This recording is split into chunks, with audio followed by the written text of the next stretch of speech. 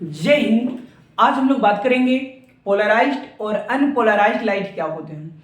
ये पढ़ने के बाद हम लोग पढ़ेंगे ब्रेस्टर्स लॉ।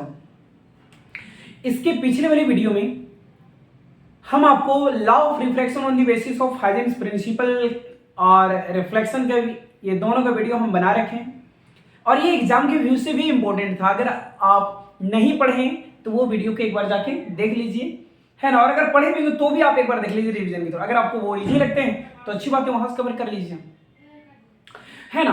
तो समझिए कि पोलराइज लाइट क्या होता है और अनपोलराइज लाइट क्या होता है। देखिए, अगर मान लीजिए कि यहां पे लाइट अगर ऐसा निकल रहा है, ऑल डायरेक्शन में लाइट निकल रहा है, ऑल डायरेक्शन में डिस्ट्रीब्यूट हुए हैं कुछ इस तरह, तो इस तरह के लाइट को अनपोलराइज्ड लाइट कहते हैं। क्या कहते हैं? Unpolarised light. चारों तरफ बिखरे हुए हैं, अनपोलराइज्ड लाइट। और अगर लाइट इस प्रकार हो, लाइट अगर इस प्रकार हो, तो इस लाइट को हम कहेंगे पोलराइज्ड लाइट। कौन सा light? Polarized light. Polarized light का खासियत समझिए। पोलराइज्ड लाइट सिर्फ और सिर्फ एक ही डायरेक्शन में हो सकती है। अगर वो चलेगा तो वर्टिकल चलेगा, अगर चलेगा तो वो आपके हॉरिजॉन्टल चलेंगे। तो ये आपके होंगे पोलराइज्ड लाइट, क्योंकि ये जिस पोलराइज्ड लाइट की हम लोग बात कर रहे हैं ये सिर्फ वर्टिकल में चल रहा है। किस में चल रहा है? वर्टिकल में। लेकिन अगर यहां पे लाइट अगर आपका इस प्रकार चल रहा डॉट में, इसका मतलब ये हुआ कि यहां पे लाइट सिर्फ और सिर्फ हॉरिजॉन्टल में जा रही है, डॉट आनी हॉरिजॉन्टल, ठीक है। तो यहां पे सिर्फ और सिर्फ लाइट यहां पे हॉरिजॉन्टल में चल रहे हैं, तो ये भी आपके क्या कहलाएंगे? Polarised light. पोलराइज्ड का खासियत क्या है? पोलराइज्ड लाइट का खासियत बताइए। पोलराइज्ड लाइट का खासियत है कि ओनली वन डायरेक्शन, किसी एक डायरेक्शन में ही वो वाइब्रेट्स करेगा। करेगा तो सिर्फ वर्टिकल में करेगा, या तो करेगा तो सिर्फ हॉरिजॉन्टल में करेगा। क्या इतना बातें आपको समझ में आ गई? लेकिन अगर इस वर्टिकल के साथ अगर हम ये भी ऐड कर दें, हॉरिजॉन्टल भी दिखा दें, है ना। डॉट का मतलब हॉरिजॉन्टल, डॉट का मतलब हॉरिजॉन्टल। अब मुझे बताइए ये कौन सा लाइट होगा? पोलराइज्ड या अनपोलराइज्ड? पोलराइज्ड या अनपोलराइज्ड? हम क्या बोले? पोलराइज्ड चलेगा तो सिर्फ हॉरिजॉन्टल में चलेगा, या तो सिर्फ चलेगा तो वो वर्टिकल में चलेगा। लेकिन यहां पे ये दोनों डायरेक्शन में चल रहा है। कहीं ना कहीं ये वर्टिकल भी चल रहा है और कहीं ना कहीं ये हॉरिजॉन्टल भी चल रहा है। कहीं ना कहीं ये वर्टिकल भी चल रहा है और कहीं ना कहीं ये हॉरिजॉन्टल भी चल रहा है। तो ये पोलराइज्ड लाइट नहीं हुआ, ये हो गया अनपोलराइज्ड लाइट। कौन सा लाइट हो गए? Unpolarised light. क्यों? क्योंकि यहां पे लाइट वर्टिकल में भी चल रहा है और हॉरिजॉन्टल में भी चल रहा है, वर्टिकल में भी चल रहा है और हॉरिजॉन्टल में भी चल रहा है। इसलिए इस तरह के लाइट को हम लोग क्या कहेंगे? अनपोलराइज्ड लाइट कहेंगे। क्या इतना बात आपको समझ में आया? चलिए इसे बताइए, इसे बताएंगे मुझे, इसे बताएंगे बच्चों कि ये पोलराइज्ड होगा या अनपोलराइज्ड। क्या ये अभी भी पोलराइज्ड लाइट? नहीं, क्योंकि ये वर्टिकल में भी चल रहा है और हॉरिजॉन्टल में भी चल रहा है। कहीं ना कहीं ये वर्टिकल में भी चल रहा है, यानी वर्टिकल में भी वाइब्रेट्स कर रहे हैं और हॉरिजॉन्टल में भी वाइब्रेट्स कर रहे हैं। तो इस तरह के लाइट को हम लोग पोलराइज्ड नहीं अनपोलराइज्ड लाइट कहेंगे। कौन सा लाइट? Unpolarised light. क्या आपको 95 में समझ में आ गया? अनपोलराइज्ड लाइट ऑल डायरेक्शन में डिस्ट्रीब्यूट होंगे, लेकिन पोलराइज्ड लाइट का खासियत है कि ये जब भी वाइब्रेट्स करेगा तो वर्टिकल में करेगा और जब भी वर्टिकल के वाइब्रेट्स करेगा तो हॉरिजॉन्टल में करेगा। आनी ओनली वन डायरेक्शन, या तो हॉरिजॉन्टल या तो वर्टिकल, है ना।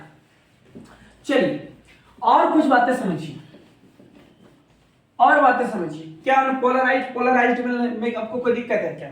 चलिए बताइए, आप हमें बताते चलेंगे। बताइए ये पोलराइज्ड या अनपोलराइज्ड? पोलराइज्ड या अनपोलराइज्ड? अनपोलराइज्ड, ऑल डायरेक्शन में डिस्ट्रीब्यूट है ना।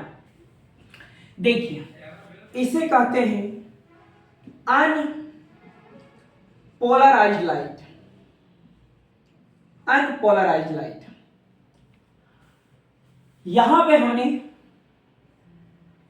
एक पोलराइजर लगाया। क्या लगाया ये हमने? पोलराइजर। पोलराइजर क्या है? पोलराइजर एक ऐसी डिवाइस है जो अनपोलराइज्ड लाइट को पोलराइज्ड लाइट में बदल देता है। पोलराइजर एक ऐसी डिवाइस है जो अनपोलराइज्ड लाइट को पोलराइज्ड लाइट में बदल देता है। बताइए, इधर जो निकला वो पोलराइज्ड या अनपोलराइज्ड? पोलराइज्ड। क्या है? Polarized light. Polarized light. क्या बात है, समझ में आया? अनपोलराइज्ड लाइट को जो पोलराइज्ड लाइट में बदल दे, जो अनपोलराइज्ड लाइट को पोलराइज्ड लाइट में बदल दे, उसे क्या कहते हैं? पोलराइजर। पोलराइजर का काम, पोलराइजर एक ऐसी डिवाइस जो अनपोलराइज्ड लाइट को किस में बदल दे? पोलराइज्ड लाइट में बदल दे। क्या बात है, समझ में आ रही है इतना? देखिए, एक होता है एनालाइजर, एक क्या होता है? एनालाइजर।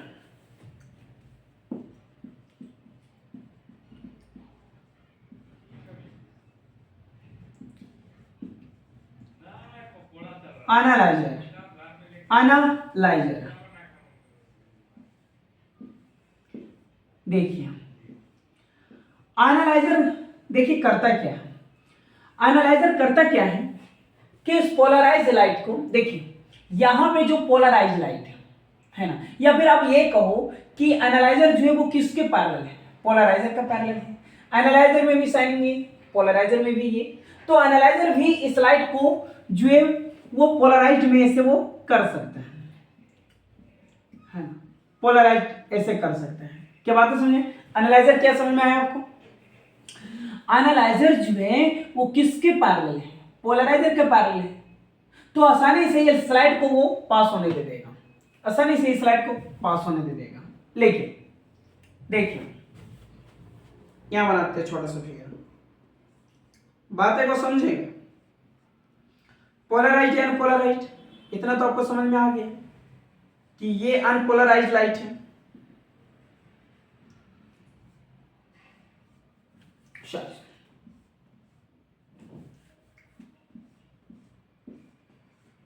ये क्या हो गया आपका? पोलराइजर हो गया। पोलराइजर का खासियत, ऐसी डिवाइस जो अनपोलराइज्ड लाइट को किस में बदल दे? पोलराइज्ड लाइट में बदल दे। Polarised light. देखिए, एक और क्या था? एनालाइजर।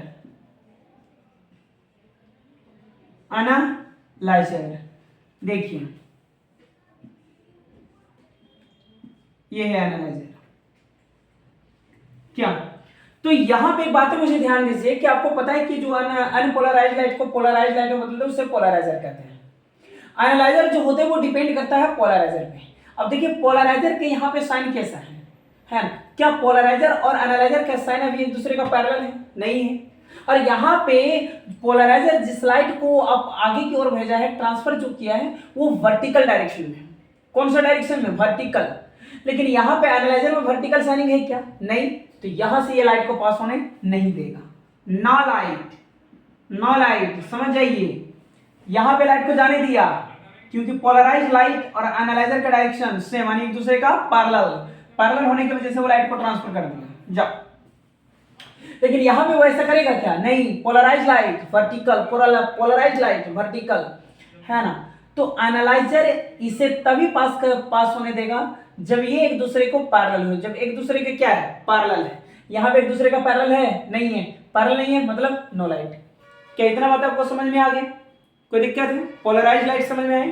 पोलराइज्ड लाइट ऐसी लाइट जो सिर्फ एक डायरेक्शन में वाइब्रेट करेंगे, या तो वर्टिकल या तो हॉरिजॉन्टल। लेकिन अनपोलराइज्ड लाइट ऑल डायरेक्शन में डिस्ट्रीब्यूट हो सकते हैं, ऑल डायरेक्शन में ये वाइब्रेट कर सकते हैं। हाँ, एक बात और ध्यान दीजिए, देखिए अनपोलराइज्ड लाइट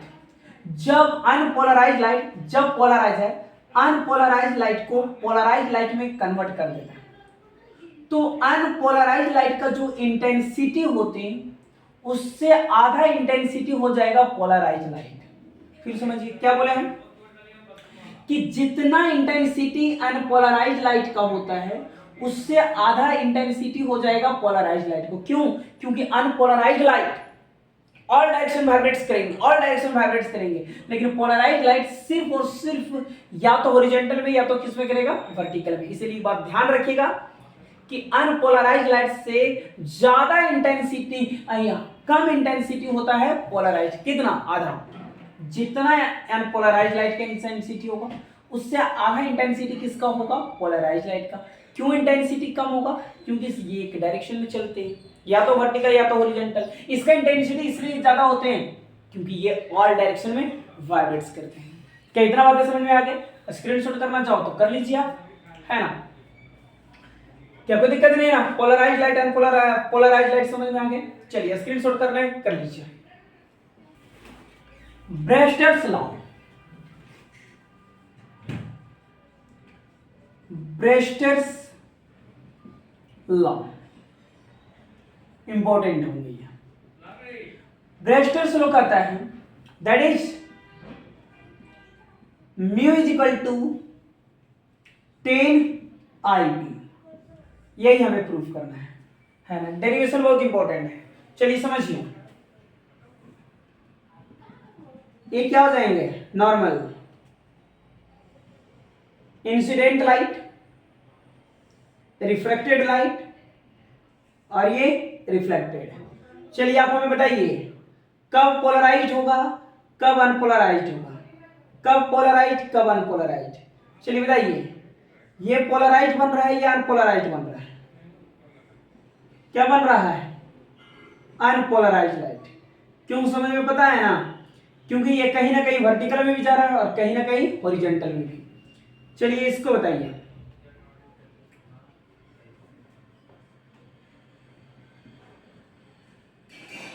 इसको बताइए, पोलराइज्ड या अनपोलराइज्ड? अनपोलराइज्ड। जो लाइट इंसिडेंट होंगे वो अनपोलराइज्ड लाइट होनी चाहिए, जो लाइट रिफ्लेक्टेड होंगे वो भी अनपोलराइज्ड लाइट होनी चाहिए, लेकिन जो रिफ्लेक्टेड होंगे ये फुली पोलराइज्ड होना चाहिए, पोलराइज्ड लाइट, और ये अनपोलराइज्ड लाइट। देखिए हम आपको फिर से बता दूं कि ये हम आपको रिवीजन के तौर पे कर दे रहे कि अगर किन्हीं का क्लास वगैरह छूटा है तो आप यहां से देख लीजिए, है ना? मैं पूरे डिप्ली नहीं जा रहा हूं, है ना? मैं अलग से ये सारे का वीडियो बनाऊंगा, मैं वहां विस्तार से आपको बताऊंगा मैं। लेकिन अगर किन्हीं को प्रॉब्लम है तो आप थोड़ा सा यहाँ पे देख लीजिए, कोई तरह का दिक्कत नहीं होंगे आपका डेरिवेशन, यानी एक क्रैश कोर्स जैसा आप समझिए इसको, है ना? देखिए, क्या आपको पता है angle of incidence is equal to angle of reflection. ये एंगल को आई कहते हैं, ये एंगल को आर, और यहाँ पे आई जो होते हैं वो किसके बराबर होते हैं? आर के बराबर। तो यहाँ पे नॉर्मल और incident ray of light, incident ray of light और नॉर्मल के बीच बनने वाली एंगल को पोलराइजेशन एंगल कहते हैं। कौन सा एंगल? पोलराइजेशन। पी का मतलब पोलराइजेशन, पी का मतलब पोलराइजेशन, आई का मतलब एंगल ऑफ इंसिडेंट। तो इसको कहेंगे पोलराइजेशन एंगल। आपको पता है कि जितना एंगल ये होता है उतना ही एंगल ये होता है। अगर ये आई पी है तो ये एंगल हो जाएंगे मेरे आर पी, ये एंगल क्या हो जाएंगे? आर पी, है ना? चलिए ये एंगल देखिए, ये एंगल टोटल कितना हो जाएगा? ये एंगल टोटल कितना होता है? 90 होता है। टोटल कितना हो जाता है? 90। अच्छा एक बात है, हमें बताइए, कोई भी स्ट्रेट लाइन कितने डिग्री का एंगल बनाता है? 180 का। कितने डिग्री का एंगल बनाता है? 180 का। क्या बात है, समझ में आया? देखिए थोड़ा derivation, by using Snell's law.